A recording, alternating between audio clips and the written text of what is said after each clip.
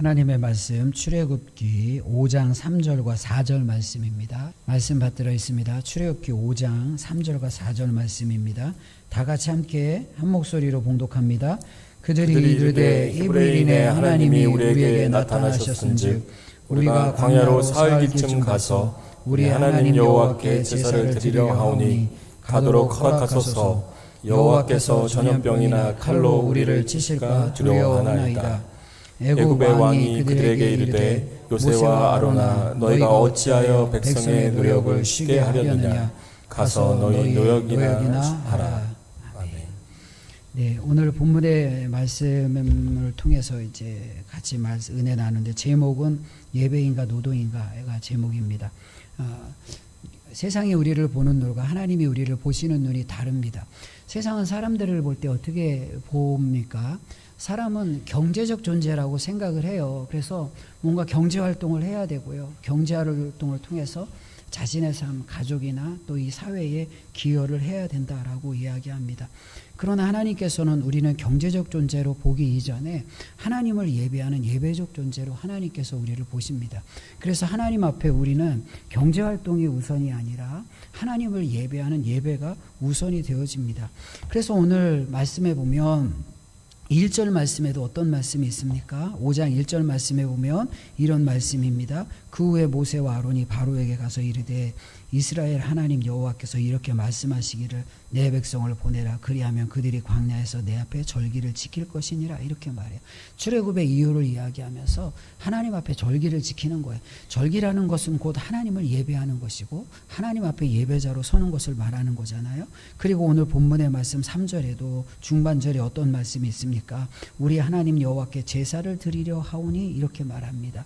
제사도 예배를 이야기하는 거예요. 이스라엘 백성을 세우신 이유는 가장 첫 번째 목적은 하나님을 예배하는 공동체와 하나님을 예배하는 개인으로 하나님이 부르셨어요.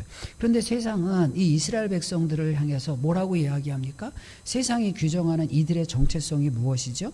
오늘 본문의 말씀에 나오잖아요. 4절 말씀, 애굽 왕이 그들에게 이르되 모세와 아로나 너희가 어찌하여 백성의 노역을 쉬게 하려느냐. 가서 너희의 노역이나 하라. 이렇게 이야기합니다. 예배는 무슨 놈의 예배냐? 일해라. 노역해라. 노예잖아요. 세상의 노예, 애굽의 노예로 살잖아요. 그러니까 너희는 노동하는 존재니까 일해라, 노역해라. 열심히 일해서 경제적인 어떤 생산성을 극대화시키고 무엇인가를 생산해야 된다라고 이야기합니다. 이게 세상이 보는 사람에 대한 관점이죠. 일하지 않으면 안 됩니다. 물론 노동하지 않고 일하지 않고 이것을 정당화하는 것 아니에요. 이 땅에 살아가는 동안 우리는 열심히 일해야 되고요. 자신의 삶, 개인의 삶과 또 가족과 우리 사회에 무엇인가를 기여하며 살아가야 하는 것입니다. 그러나 가장 우선되는 정체성이 노동하는 존재로 하나님 앞에 서는 것은 아니에요. 하나님이 우리를 부르신 건 예배하는 존재로, 예배하는 예배자로 하나님께서 우리를 부르신 거예요. 이게 이 땅에 살아가는 이유가 되어지는 것입니다. 그래서 우리가 그리스도인으로 이 땅에 살아가면 이 두 가지가 끊임없이 갈등하고 충돌하고 부딪히게 돼 있어요. 세상이 요구하는 것과 하나님이 요구하시는 것이 계속 충돌하고 부딪히게 돼 있어요. 세상이 요구하는 대로 살아갈까? 하나님이 요구하시는 대로 원하시는 대로 살아갈까? 우리의 삶의 현장에서 이게 끊임없이 부딪히고 충돌한단 말이에요. 노동하는 노역자로 살아갈까? 예배하는 예배자로 살아갈까? 예배를 포기하고 노동해라, 일해라 이렇게 이야기하잖아요. 근데 성경은 무엇을 이야기하죠? 노동을 포기할지라도 하나님을 예배하는 예배자로 서라고 이야기합니다. 사실 하나님의 나라와 세상의 나라가 얼마나 다를까요? 제가 이제 하나님의 나라나 정말 저는 예수님께서 빨리 오셨으면 좋겠고 주님의 나라가 임했으면 좋겠거든요. 이 세상의 나라의 가치는 무엇일까? 이제 이렇게 생각을 해보면 세상은 이 가시와 엉겅퀴가 나는 땅이잖아요. 그리고 땀 흘려 수고해야 먹을 수가 있습니다. 저주받은 땅에 살아가는 인생들의 아주 운명 같은 그런 삶의 모습입니다. 그래서 경제가 이게 삶의 우상이고 최대의 가치입니다. 경제가 안 좋으면 모든 것이 안 좋아요. 먹고 살기 힘들면 정치고 뭐고 다 사람들이 막 정치인 욕하고 먹고 살게 해달라. 경제가 좋아져야 된다. 이게 막 그냥 모든 이 사람들의 머릿속에 가득해요. 근데 경제라는 게 뭐예요? 이 땅의 경제라는 게 무엇인가 끊임없이 생산을 하고 또 소비를 해야 생산과 소비가 반복되어지는 이런 일련의 활동을 통해서 경제가 부양되어지고 경제가 발전하는 거잖아요. 근데 이 경제의 발전 이면에는 또 너무나 많은 어두운 그림자가 있어요. 끊임없이 생산하고 끊임없이 소비하는 이런 순환적인 패턴을 통해서 이제 공해도 있고 오염도 있고 삶의 현장들이 파괴되어지는 여러 가지 문제가 있단 말이에요. 그렇다고 그러면 경제활동하지 말자. 옛날이 좋자. 자연을 보호하자. 자연을 보존하자. 그럼 옛날로 돌아간다? 그러면 인간이 극복할 수 없는 결핍과 궁핍의 문제가 우리의 삶을 너무너무 힘들게 한단 말이에요. 그러니까 이 땅에 살아가는 우리는 이 땀 흘려 노동하고 수고하는 이 저주받은 땅에서 수고하고 노동하며 살아가야 할 우리의 근본적인 문제를 우리의 힘으로 해결할 수가 없는 거예요. 해결할 수가 없는 거예요. 이게 안 되는 거예요. 그래서 하나님의 나라가 임해야 되고 예수님이 이 땅에 빨리 오셔야 됩니다. 그렇다면 이런 문제를 극복할 수 있는 게 무엇일까? 성경은 그리스도인들이 이 땅에 어떻게 살아가기를 원할까? 성경이 말해요. 그게 예배 공동체로 살아가는 거거든요. 근데 초대교회의 성도들이 예배 공동체로 성령 안에서 모이고 성령 안에서 살아갈 때에 그 공동체를 하나님의 나라로 이루어가는 그들의 삶의 형태와 모습이 무엇이었습니까? 세상은 잘 살기 위해서는 생산과 소비의 패턴들이 반복되어져서 뭔가 경제적으로 경제 성장이 이루어져야 된다라고 이야기합니다. 근데 성경은 경제 교과서가 아니에요. 뭐 그런 거 나쁘다는 이야기가 아닙니다. 근데 성경에서의 부요함은 어떻게 이 땅에 이루어진다고 이야기합니까? 초대교회를 보면 단 두 가지입니다. 그러니까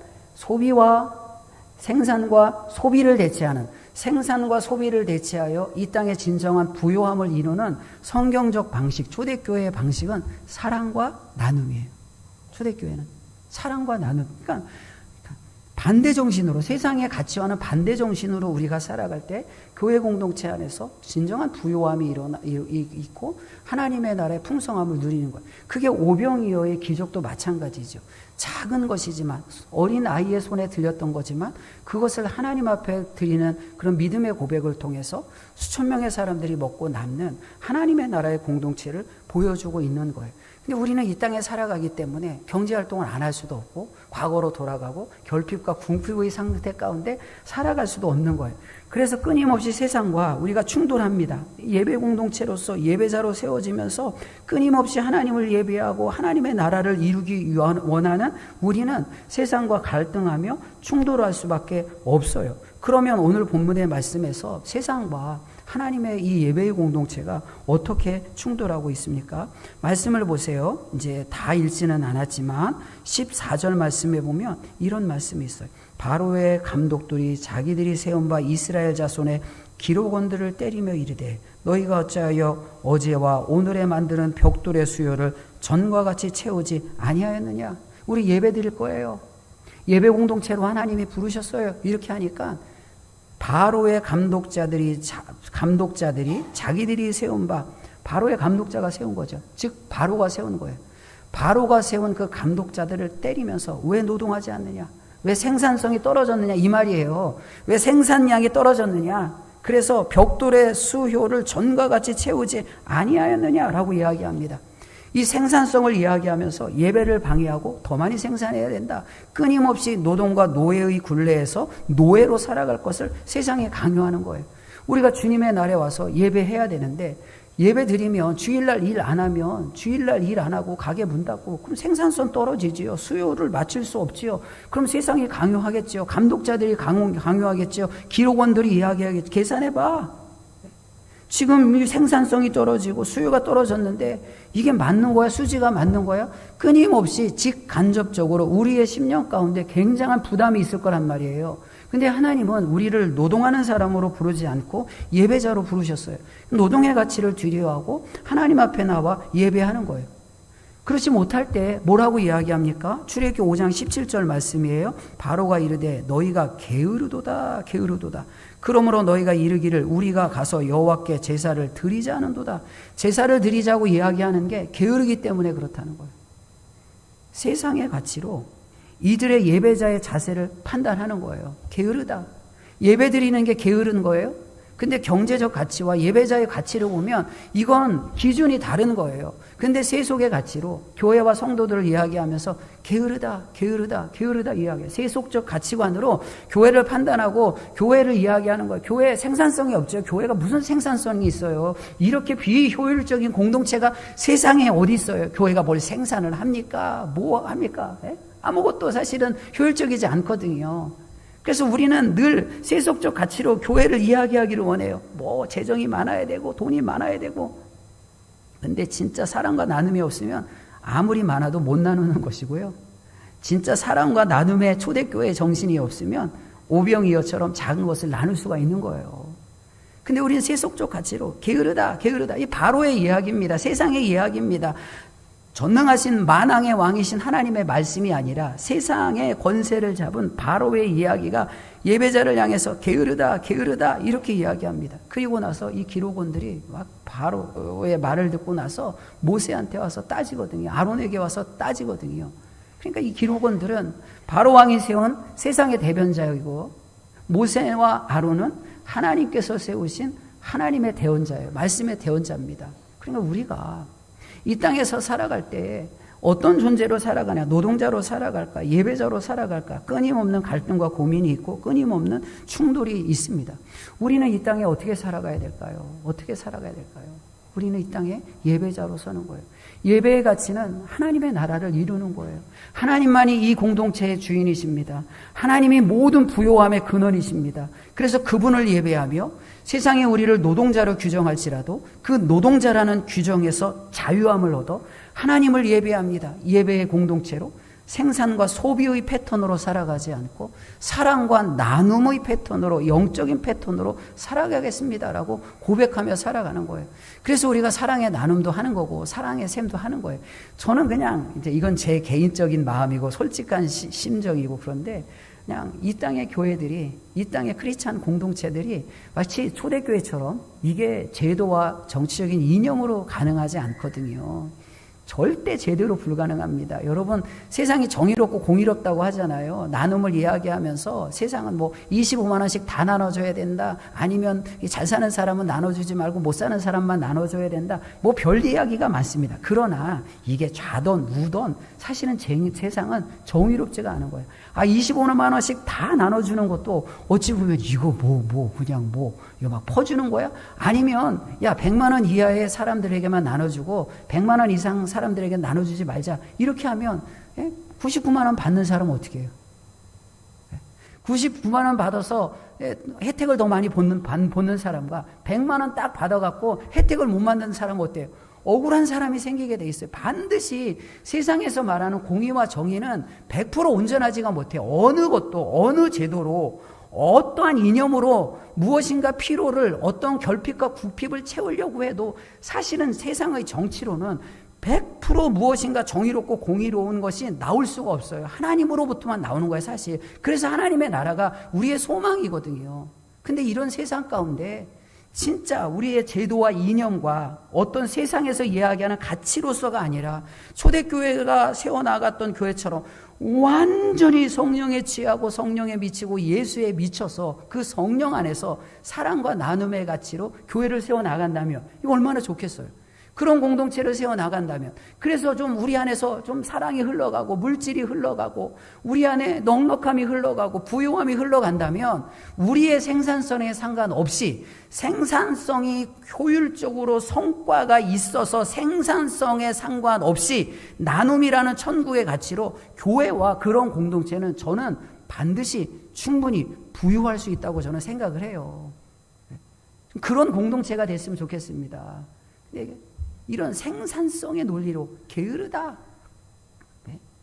왜 벽돌을 생산하지 못했느냐? 이런 가치로는 누구도 부유할 수 없어요. 그건 욕심을 채우는 건데 그 욕심은 무엇으로도 채울 수가 없는 거예요.